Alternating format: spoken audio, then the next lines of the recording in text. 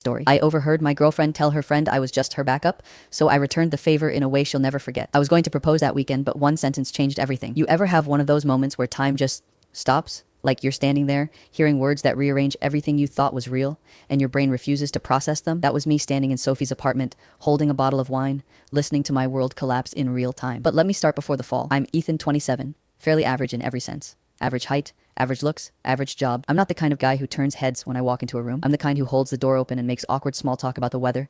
You know, say, the kind of guy your mom likes instantly, but your friends forget about a week later. And for a long time, I convinced myself that was enough. I didn't need to be flashy or charming or mysterious. I just wanted someone who saw me. Really saw me. Then Sophie happened. She wasn't like anyone I'd met before. Confident, witty, effortlessly magnetic. She had this way of tilting her head when she listened that made you feel like every word you said mattered. We met at a friend's birthday party 2 years ago. I was the quiet guy sipping beer near the kitchen, and she was the one lighting up the room. She walked up to me and said, "You look like you're mentally narrating a documentary right now." I laughed awkwardly, of course, and that was it. We talked all night about stupid things. Movies that made us cry, worst first dates, how both of us secretly hated pineapple on pizza.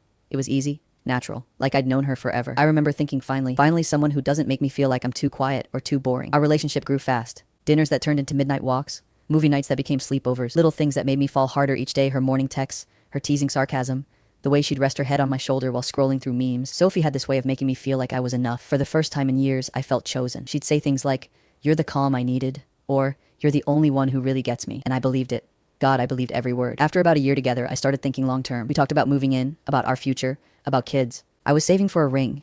Nothing fancy, just something classic and elegant like her. I was going to propose that weekend. I'd planned it perfectly, a quiet dinner at the restaurant where we had our first date, followed by a walk to the pier where we'd first kissed. I even practiced the speech in front of the mirror like an idiot.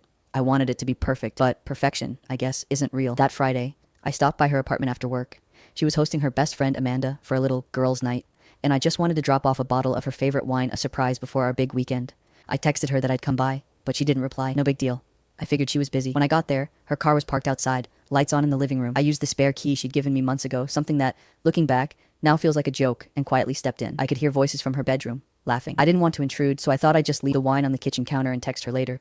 But as I walked past the hallway, something in her tone caught my ear, that low, conspiratorial laugh people use when they're sharing something deliciously cruel. And then I heard my name. "Ethan? Oh my God, Amanda. He's so sweet, it's almost annoying, like a golden retriever with a credit card." Amanda laughed. "Stop, that's mean." "No, seriously," Sophie continued between giggles.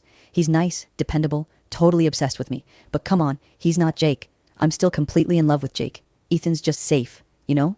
The kind of guy who'd never leave." My stomach dropped. "He'll probably propose soon," she said, her voice almost playful. "Watch me say no and break his heart." Amanda laughed again, half shocked, half amused. "You're terrible." "No, I'm honest," Sophie said, grinning. I could hear it in her tone. "He's the full story link below."